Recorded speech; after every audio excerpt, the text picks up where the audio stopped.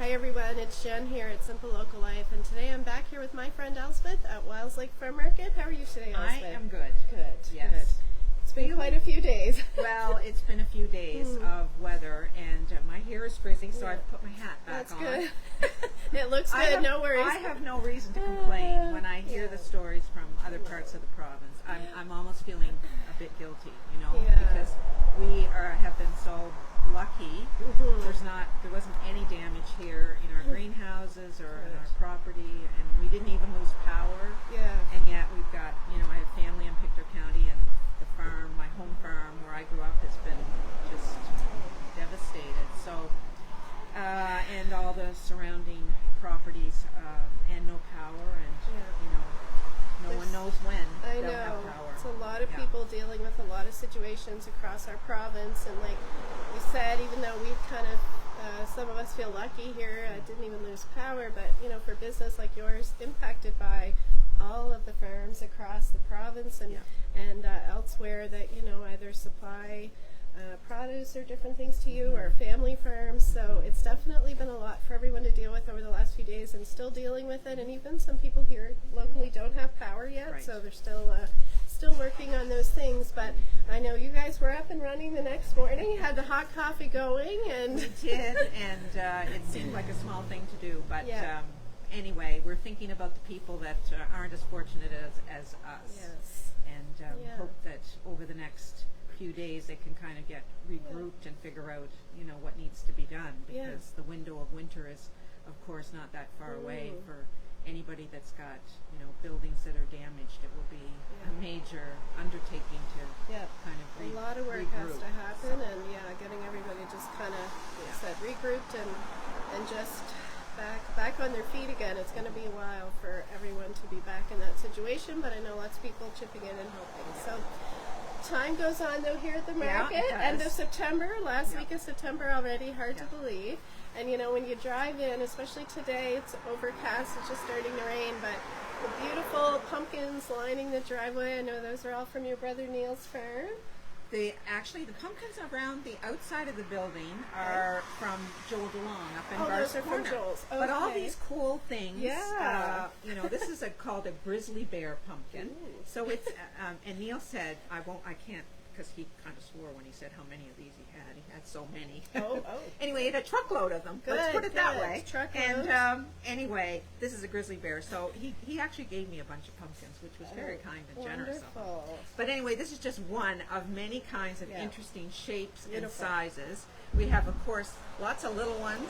A black one called Blackjack, little Casper pumpkins, little guys like this. So we have all kinds of really cool ones for decorating.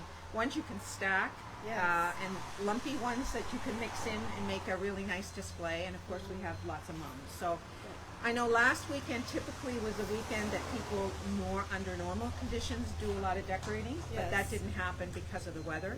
And so I think this weekend, if people are looking for things, we're going to be really well stocked. We're well stocked now, but we're going to be adding some more over the next few days. So there'll be lots of choice for decorating, and plenty of mums still available. We did meet our goal in our fundraising for palliative care, but that didn't mean that we're short. No. We still have lots. Good. And there'll be plenty right through Thanksgiving weekend. And this coming weekend the weather looks beautiful, so a great time to stock up and kind of get your outdoor fall decor going, and the pumpkins are just so beautiful here, so you'll have to come over and have a look at them. And it's warm. It is warm. It's pouring rain here, but it's a warm rain. I don't have too many layers on yet. I'm still wearing shorts, so it's still it's still not a bad day to come out and have a look around. Much of our stuff is undercover, so you can shop and not get wet. Good. So we don't dissolve. You can put up an umbrella and come along. We all have jackets with hoods somewhere. So besides the pumpkins and the mums, and I saw some decorative corn in there for decorating and all of that, there still and straw. is Lots of straw. Okay, bales of straw. Good. Yeah, so the decorating thing, I think we've got a good selection. And the other thing that we have lots of are apples. And I am feasting on my favorite apple right now is ginger gold. Yes. And ginger gold is a great, it's a kind of a sweet, it's got a sweet, sour, but not too sour because I don't like a really sour apple, but it's just a lovely apple. Crunchy and a bit of a pear undertone to the flavor. Okay. And an apple that once people have and try, really enjoy. I wouldn't recommend it for cooking. Right now I would recommend a grab and steam for making apple crisp and apple pies. And we've got cranberries, so you can make a cranberry apple pie or a cranberry apple crisp, which are all really lovely fall tastes, which we know many people enjoy. So we have all those things available. And Macintosh apples are available now as well, and lots of squash. So, you know, as we build towards Thanksgiving, all those fall foods start to show up. Yeah. And as I tell people, you know, eat with the season. As I said in our newsletter last week, I don't eat a turnip till November because I got to eat them all winter. And I really do eat with the seasons. And so right now I'm feasting on tomatoes. Still have lots of tomatoes in my garden, my little garden. And but you know, we'll gradually move into squash and all that kind of stuff as the fall goes on. But we're well stocked with great selection of apples and really nice quality from Walter Walsh in Berwick. Good, perfect. So lots of fall produce here. Perfect time to be enjoying all of that. And I know still lots of gardening season left, really, for those kind of fall gardening activities. And if you're new to gardening, and a lot of new people joined the whole gardening movement the last few years, you know, they might not have a good timeline of how it all works. But obviously, it's soon time to start thinking about making a plan to plant fall bulbs. And I know you guys have a great selection here. So last night, it was such a beautiful evening, and my gardens at home around my house have been so dry. Yes. And with the rain we got on the weekend, when I went home last night, I just weeded till it was too dark. I couldn't see anymore. And the weeds came out so easily. So when you're talking about activities in the garden, now's a great time. If you haven't weeded, and it's amazing how the weeds seem to thrive still in this terrible drought we had. Anyway, there were plenty of weeds, but they came out easily, and so now's a good time to clean those up. Yes. And some of your gardens and mine here at the market took a bit of beating in the wind. So some things that might have been tall, you may have to clip off and just get rid of because they've been beaten up by the wind, and time to maybe clean up some of those things. Right. But generally, the gardens, we haven't had any frost, and it doesn't look like we're going to have anything. Certainly, there's nothing in the forecast the next week. So try to enjoy things as much as possible. I mean, our planters here still look beautiful. Yep. We've moved a few things in that look fallish with some fall mums and planters and so forth. But you know, my flowers at home still look great. I've tucked in some mums amongst the planters to give it a little brightness of color. Yeah. But it is time to sort of think about, is there some things I can clean up? But in having said that, it's also time to plan for planting your bulbs. Right. And as we spoke about in our last Facebook Live, we talked about planning, and now's a good time to plan. I don't suggest necessarily planting them yet. It's still a bit warm. We need cooler days and cooler nights so that they don't sprout. Yeah. But you can certainly do your planning and pick up any bulbs now. Store them in a paper bag. We have paper bags available. Okay. And then usually around Thanksgiving weekend is when is a good time to plant. And garlic, we have that available as well. Yeah. But my tips today are around what to do with planting. So one of the things when you're planting is to make sure that you plant your bulbs deep enough in the soil so that they don't heave out with the winter frost. Okay. Because we get a lot of freezing and thawing in the winter, and that causes the ground to move, and up pops the bulb. Right. So, you know, you may have seen this in your own garden, that in the spring, you'll have your bulbs lying or poked up out of the soil, and you thought, how did that happen? Well, it's the freezing and thawing. So you need to be sure that you plant them deep enough. Now, my recommendation is generally that you plant them 3 times the height of the bulb. Okay. So in this case, the bulb's about like 1.5 inches. Right. So that means you're going to put it down 4.5 inches in the ground. Okay. So a bulb like this, that's, you know, this is a daffodil, a narcissus bulb, and it's about 2 inches high, at least 2. So you're going to go down 6 inches, which is that's quite deep. Probably deeper than most people are planting. And that's the reason we're saying this, is to remind people that they need to plant these deeply in the soil. And the other thing is to use some bone meal. So we have this plant starter. This is a Fafard product. It's a plant starter with bone meal. But this is what you should put in the hole when you plant. So you're going to take a handful of this, put it in the hole, and then plant your bulbs in it. Okay. And I usually suggest planting bulbs in groups of odd numbers. Right. 3, 5, 7, 9, Yes. 11.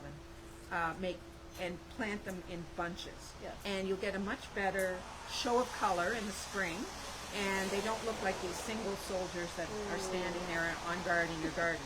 So do the clumping. And if you don't have a lot of money to put on bulbs, plant one clump one year, put in another clump another year. Just mark where you put them and go from there. And but you're going to have much more impact by having those bulbs planted in groupings, in little clumps, rather than have them single soldiers standing in the garden. That's a good tip. Really good tip there on the depth, on your making sure you have your bone meal, and just even how you're planting them together, not in a row, which is what I think you get tempted to do, because it's like planting your seed. You're just like dropping your bulbs in, but if you're going to plant hundreds, that's different. You might want to put them in rows, and you'll see those in those beautiful displays in public gardens. If you've ever been in Ottawa for the Tulip Festival, or maybe in Europe, or some big cities where they have a lot of public plantings, you'll see rows and rows and rows of tulips. But you need to plant literally hundreds and thousands of bulbs to get that impact. Most of us don't have budgets for that. No. So I suggest a clump. cluster, A little clump. It'll look really nice.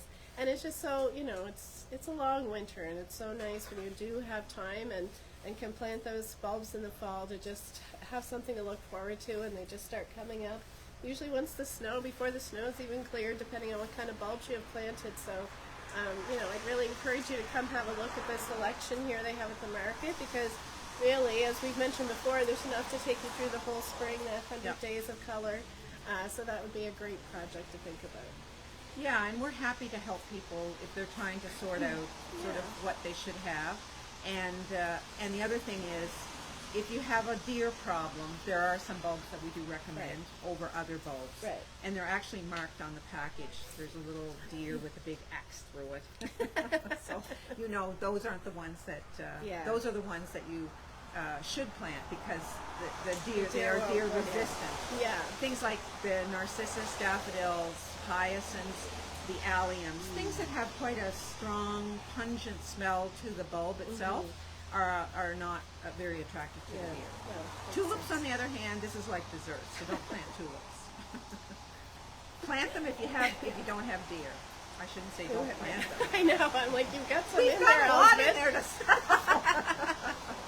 But if you have deer, I would say don't waste your money. You've got a nice fenced-in area, or no Yes. deer. Yes. Lots of tulips here for you to pick from. Yeah. Well, it sounds good, Elspeth. Anything else we should know about? Well, we should mention our closing date is November the 5th. Okay. And in the interim, which is about 5.5 weeks, if you're thinking you want to stock up on things for your freezer for winter, now's the time to get your order in. So, and then we can, that last week to 10 days, we're happy to get things pushed out the door. So if you're thinking ahead, put your order in now. We're happy to take it, and then we can have it ready for you a week or so before the market closes. Perfect. And we'll talk more about that in over the next few weeks as we're together. Perfect. Sounds good. Well, thank you guys for watching, and thank you, Elspeth, for taking some time out of your day. So lots of things here for your fall decorating, for your fall gardening, for your kitchen, and lots of baked goods here. It all looks lovely again today, of course. But anyway, thank you guys so much, and we'll see you again next time. Bye.